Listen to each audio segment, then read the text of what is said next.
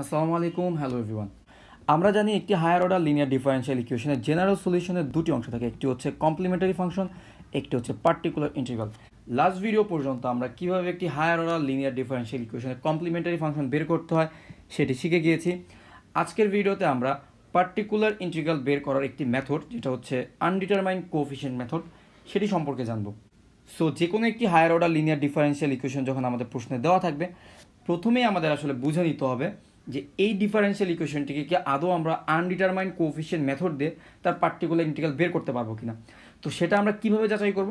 সেটা যাচাই করার জন্য প্রথমত তার রাইট হ্যান্ড সাইডের অংশটি নন জিরো হওয়া লাগবে, অর্থাৎ নন হোমোজিনিয়াস ডিফারেনশিয়াল ইকুয়েশনের জন্যই কিন্তু আমরা পার্টিকুলার ইন্টিগ্রালটি বের করতে পারি। আর হোমোজিনিয়াস হয়ে গেলে তার পার্টিকুলার ইন্টিগ্রাল বের করার প্রয়োজন পড়ে না। তারপর তার রাইট হ্যান্ড সাইডে যে কোনো ধরনের ফাংশনের জন্যই কিন্তু আমরা ইউসি মেথডটি অ্যাপ্লাই করতে পারি না। কোন কোন ফাংশনের জন্য আমরা অ্যাপ্লাই করতে পারবো? যদি তার রাইট হ্যান্ড সাইডে কোনো একটি পলিনোমিয়াল থাকে, কোনো একটি কনস্ট্যান্ট থাকে, sine function, cosine function, e⁻x জাতীয় কোনো একটা ফাংশন, অথবা এই ফাংশনগুলোর যে কোনো লিনিয়ার কম্বিনেশন যদি থাকে, তখন চাইলে আমরা এই ইউসি মেথড অর্থাৎ আনডিটারমাইন্ড কোএফিশিয়েন্ট মেথডটি অ্যাপ্লাই করতে পারি। এখানে একটা বলে রাখা ভালো, a1, a2, a3 এদের ভ্যালু কিন্তু সবসময় কনস্ট্যান্ট হওয়া লাগবে। এটা যদি কনস্ট্যান্ট না হয়ে ভ্যারিয়েবল হয়ে যায়, তখন কিন্তু আমরা ইউসি মেথডটি অ্যাপ্লাই করতে পারবো না। এই মেথডের সুবিধা হচ্ছে, এই মেথডে যখন আমরা পার্টিকুলার ইন্টিগ্রাল বের করতে যাই, তখন আমাদের কোনো ইন্টিগ্রেশন করার প্রয়োজন হয় না। আমরা একটি ইউসি সেটের সাহায্যে তার পার্টিকুলার ইন্টিগ্রাল কিন্তু বের করে ফেলতে পারি। তাহলে চলুন কিভাবে ইউসি ফাংশন এবং ইউসি সেট গঠন করতে হয় সেটা শিখে নেওয়া যাক। এখানে আমরা দুটো কলাম দেখতে পাচ্ছি। আমাদের রাইট হ্যান্ড সাইডে যে ফাংশনটি রয়েছে কিউ এক্স, সেটাকে আমরা বলছি ইউসি ফাংশন।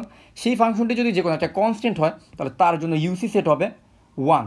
সেই ফাংশনটি যদি এক্স হয়, তার জন্য ইউসি সেট হবে x,1। এক্স স্কোয়ার হলে তার জন্য ইউসি সেট হবে x স্কোয়ার, x,1।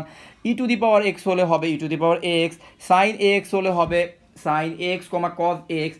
তাহলে আমরা দেখতে পাচ্ছি এখানে আমরা রাইট হ্যান্ড সাইডে বিভিন্ন ধরনের ইউসি ফাংশনের জন্য তার কোরেসপন্ডিং ইউসি সেটগুলো এখানে দেওয়া আছে। কিন্তু প্রশ্ন হচ্ছে, ইউসি ফাংশন থেকে ইউসি সেটটা আসলে তারা কীভাবে বের করছে? তাহলে চলুন আমরা মেথডটি জেনে নিই কীভাবে একটি ইউসি ফাংশন দেওয়া থাকলে সেখান থেকে ইউসি সেট তৈরি করতে হয়। যেমন কনসিডার করুন আমাদের রাইট হ্যান্ড সাইডে এক্স স্কোয়ার এই ফাংশনটি দেওয়া আছে। তাহলে আমরা এক্স স্কোয়ারকে যদি ডিফারেন্সিয়েশন করতে থাকি, আমরা কী পাবো? ফার্স্ট ডেরিভেটিভে আমরা পাবো 2x, তারপর সেকেন্ড ডেরিভেটিভে আমরা পাবো 2। এরপর আর কোনো ডিফারেন্সিয়েশন করা যাবে না, কারণ তার ভ্যালু 0 হয়ে যাবে। ইউসি সেট তৈরি করার সময় আমাদের একটা জিনিস মাথায় রাখতে হবে, সেটা হচ্ছে আমরা কোনো ধরনের সহগকে কিন্তু আমরা ইউসি সেটের মধ্যে জায়গা দিতে পারবো না। তাহলে আমাদের প্রথমে ফাংশন ছিল এক্স স্কোয়ার, সেটা আমরা ইউসি সেটের মধ্যে জায়গা দিব। এক্স স্কোয়ারের ডিফারেন্সিয়েশন হচ্ছে 2x, কিন্তু সহগকে যেহেতু আমরা জায়গা দিব, তাই 2টাকে আমরা এক্সক্লুড করে শুধুমাত্র এক্সকে রাখবো। তারপরে 2x এর ডিফারেন্সিয়েশন হচ্ছে 2, তো 2কে না রেখে আমরা 1কে রাখবো। 2 × 1 আকারে লিখতে পারি, শুধুমাত্র 1কে আমরা রাখবো। তারপরে এইভাবে হচ্ছে ইউসি ফাংশনকে ডিফারেন্সিয়েশন করে করে এবং তার সহগগুলোকে বাদ দিয়ে শুধুমাত্র বেসিক ডিফারেন্সিয়েশনের ভ্যালুগুলোকে নিয়ে আমরা ইউসি সেটগুলো তৈরি করতে পারি। যেমন আমাদের রাইট হ্যান্ড সাইডে যদি e⁻x থাকতো, তো আমরা জানি e⁻x এর ডিফারেন্সিয়েশন অলওয়েজ e⁻x, তার সাথে কোনো একটা সহগ থাকে। সহগগুলোকে যদি আমরা বাদ দিই, তাহলে e⁻x এর ইউসি সেট হবে শুধুমাত্র e⁻x। এখন যদি আমরা সাইন এক্সকে নিয়ে কনসিডার করি, রাইট হ্যান্ড সাইডে ধরলাম সাইন এক্স জাতীয় একটা ফাংশন রয়েছে, তাহলে সাইন এক্সের ডিফারেন্সিয়েশন কজ এক্সের ডিফারেন্সিয়েশন আবার মাইনাস সাইন এক্স। তার মানে আমরা দেখতে পাচ্ছি সাইন এক্স যদি আমাদের ইউসি ফাংশন থাকে, তার ইউসি সেটের মধ্যে সাইন এক্স আর কজ এক্সই আসবে। যদি আমরা তার সহগগুলোকে বাদ দিই, শুধুমাত্র সাইন এক্স আর কজ এক্স নিয়েই হচ্ছে আমাদের ইউসি সেটটা তৈরি করতে হবে। এখন যদি রাইট হ্যান্ড সাইডে আমাদের ইউসি ফাংশনটা প্রোডাক্ট আকারে থাকে দুইটা ফাংশন, তখন আমরা কি করব? তখন আমরা আলাদাভাবে এই দুইটা ফাংশনের জন্য ইউসি সেট তৈরি করব এবং তাদের লিনিয়ার কম্বিনেশন দেব। যেমন আমাদের রাইট হ্যান্ড সাইডে যদি x × e⁻x থাকে, আমরা প্রথমে এক্সের জন্য তার ইউসি সেট তৈরি করব। আমরা জানি এক্সের জন্য ইউসি সেট হচ্ছে x,1। তারপর e⁻x এর জন্য তার ইউসি সেট তৈরি করব। আমরা জানি e⁻x এর জন্য তার ইউসি সেট হচ্ছে e⁻x। তারপরে এই দুইটা সেটের s1 আর s2 এই দুইটা সেটের লিনিয়ার কম্বিনেশন দেব। সেখান থেকে আমরা পেয়ে যাচ্ছি x × e⁻x, e⁻x। সিমিলারলি যদি right hand side e⁻x × sin x থাকে, একই নিয়ম e⁻x এর জন্য ইউসি সেট তৈরি করব, e⁻x sin x এর জন্য ইউসি সেট তৈরি করব, sin x, cos x। তারপরে এই দুইটা সেটের লিনিয়ার কম্বিনেশন দিব, e⁻x sin x, e⁻x cos x। এভাবে হচ্ছে আমরা ইউসি সেটটা তৈরি করে ফেলবো। এবার আরেকটা ব্যাপারে আসা যাক, আমাদের রাইট হ্যান্ড সাইডের ফাংশনটি যদি কয়েকটা ইউসি ফাংশনের যোগফল আকারে থাকে, অর্থাৎ a1x1 যোগ a2x2 যোগ এভাবে করে কিছু ইউসি ফাংশনের যোগফল আকারে থাকে, তখন আমরা ইউসি সেট কীভাবে তৈরি করব? সেই ক্ষেত্রে আমাদের যেটা করতে হবে, প্রত্যেকটি ইউসি ফাংশনের জন্য আলাদাভাবে ইউসি সেট তৈরি করব, অর্থাৎ x1 বলতে যে ফাংশনটি রয়েছে তার জন্য ইউসি সেট s1 তৈরি করব, x2 যে ফাংশনটি রয়েছে তার জন্য ইউসি সেট s2 তৈরি করব। এভাবে প্রত্যেকটি ফাংশনের জন্য আলাদাভাবে আমি ইউসি সেট তৈরি করব। তারপরে যেটা করতে হবে, এই ইউসি সেটগুলোর ইউনিয়ন নিতে হবে। এই ইউসি সেটগুলো ইউনিয়ন নিয়ে যে সেটটা পাবো সেটাই হবে আমার রাইট হ্যান্ড সাইডে টোটাল ফাংশনটার জন্য আলটিমেট ইউসি সেট। তাহলে এভাবে করে আমরা ইউসি ফাংশন থেকে ইউসি সেট তৈরি করে ফেলতে পারবো এবং সেই ইউসি সেটটাই হবে আমার পার্টিকুলার ইন্টিগ্রাল। এখানে একটা জিনিস রিমার্ক হিসেবে বলতে চাই, সেটা হচ্ছে ধরলাম ইউসি সেটের মধ্যে আমি যেই সলিউশনটি পেয়েছি, পার্টিকুলার ইন্টিগ্রালটি পেয়েছি, সেটা যদি কোনোভাবে কমপ্লিমেন্টারি ফাংশনের সাথে ম্যাচ করে যায় তাহলে কিন্তু আমরা সেটাকে সলিউশন হিসেবে নিতে পারবো না। তাহলে কমপ্লিমেন্টারি ফাংশনের সাথে আমার ইউসি সেট যাতে ম্যাচ না করে সেই জন্য তখন আমাকে কী করতে হবে, সেই ইউসি সেটকে এক্স দিয়ে মাল্টিপ্লাই করে দেখতে হবে সেটা যাতে ম্যাচ না করে। যদি এক্স দিয়ে মাল্টিপ্লাই করার পরেও ম্যাচ করে তাহলে আমরা এক্স স্কোয়ার দিয়ে মাল্টিপ্লাই করবো, তারপরেও যদি ম্যাচ করে তাহলে আমরা এক্স কিউব দিয়ে মাল্টিপ্লাই করবো, অর্থাৎ ন্যূনতম এক্সের ঘাত দিয়ে আমরা মাল্টিপ্লাই করব যাতে ইউসি সেট এবং কমপ্লিমেন্টারি ফাংশনের মধ্যে কোনো ধরনের ম্যাচ বা মিল না থাকে। তাহলে চলুন এবার একটি প্র্যাকটিস প্রবলেম দেখা যাক। y double prime minus Y is equal to E to the power 2x। So এটার একটা ভিন্ন রিপ্রেজেন্টেশন হচ্ছে D square minus 1 into Y is equal to E to the power 2x। So এই differential ইকুয়েশনটি solve করতে হবে। এই differential ইকুয়েশনটির সলিউশনের মধ্যে দুইটি অংশ থাকবে, একটি হচ্ছে কমপ্লিমেন্টারি ফাংশন, একটি হচ্ছে পার্টিকুলার ইন্টিগ্রাল। সো প্রথমে আমরা কমপ্লিমেন্টারি ফাংশন বের করব। কমপ্লিমেন্টারি ফাংশন বের করার সিস্টেমটা আমরা অলরেডি জানি। সেটার জন্য আমাদের রাইট হ্যান্ড সাইড থেকে 0 ধরতে হবে, অক্সিলারি ইকুয়েশন বের করতে হবে। ডি স্কোয়ার মাইনাস 1 এর অক্সিলারি ইকুয়েশন হবে M square minus 1 is equal to 0।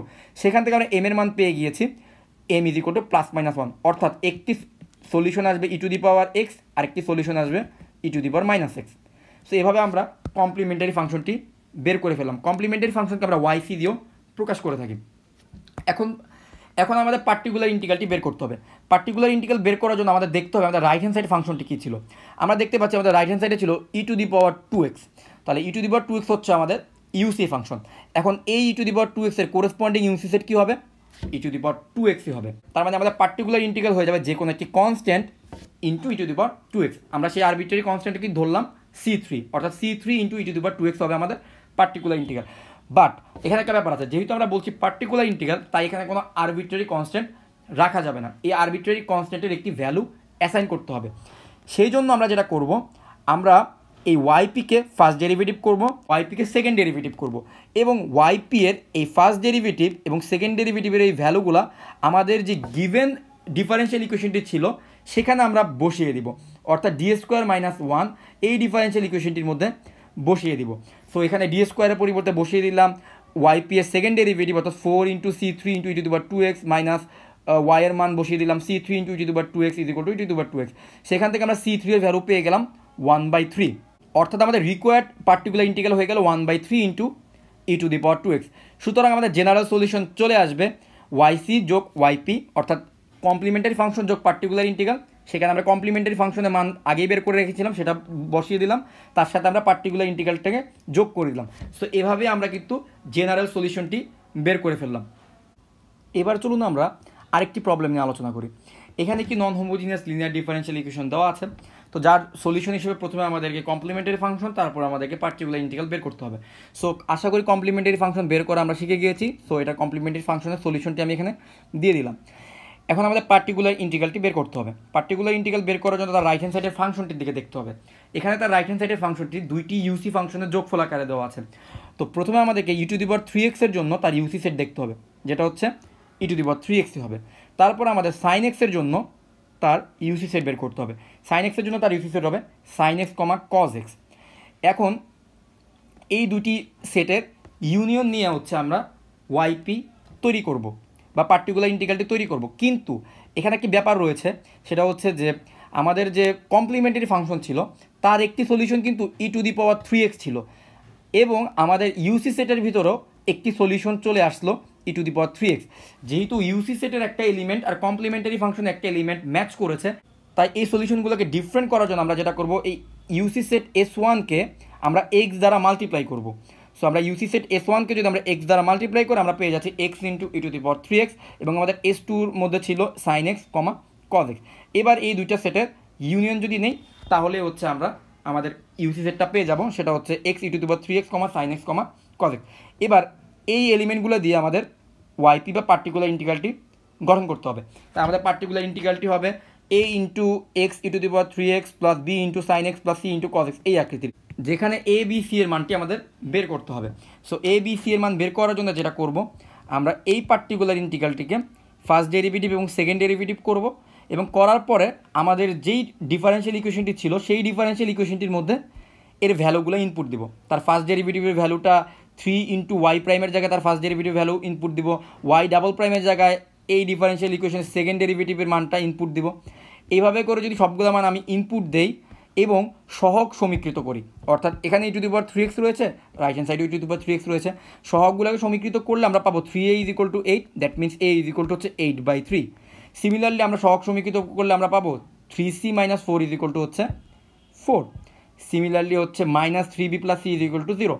So এই দুইটা ইকুয়েশনকে সলভ করলে আমরা b ইজ ইকুয়াল টু পেয়ে যাচ্ছি -2/5, সি ইজ ইকুয়াল টু পেয়ে যাচ্ছি 6/5।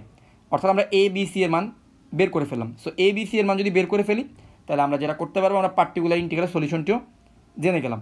অর্থাৎ এর জায়গায় বসবে 8/3 into x into E to the power 3x, similarly বির জায়গায় বসবে -2/5, সি এর জায়গায় বসে গেল 6/5, আর এই অংশটি হচ্ছে আমাদের সিএফ বা কমপ্লিমেন্টারি ফাংশন। সেইভাবে আমরা ওয়াইসি যোগ ওয়াইপি করে আমরা আমাদের জেনারেল সলিউশনটি বের করে ফেললাম। সো এভাবে চাইলে আমরা ইউসি ফাংশনের সাহায্যে ইন্টিগ্রেশন ব্যবহার না করেই আমাদের পার্টিকুলার ইন্টিগ্রালটি বের করতে পারি এবং নন হোমোজিয়াস ডিফারেন্সিয়াল ইকুয়েশনগুলোকে সলভ করতে পারি। তো আজকের ভিডিও এই পর্যন্ত।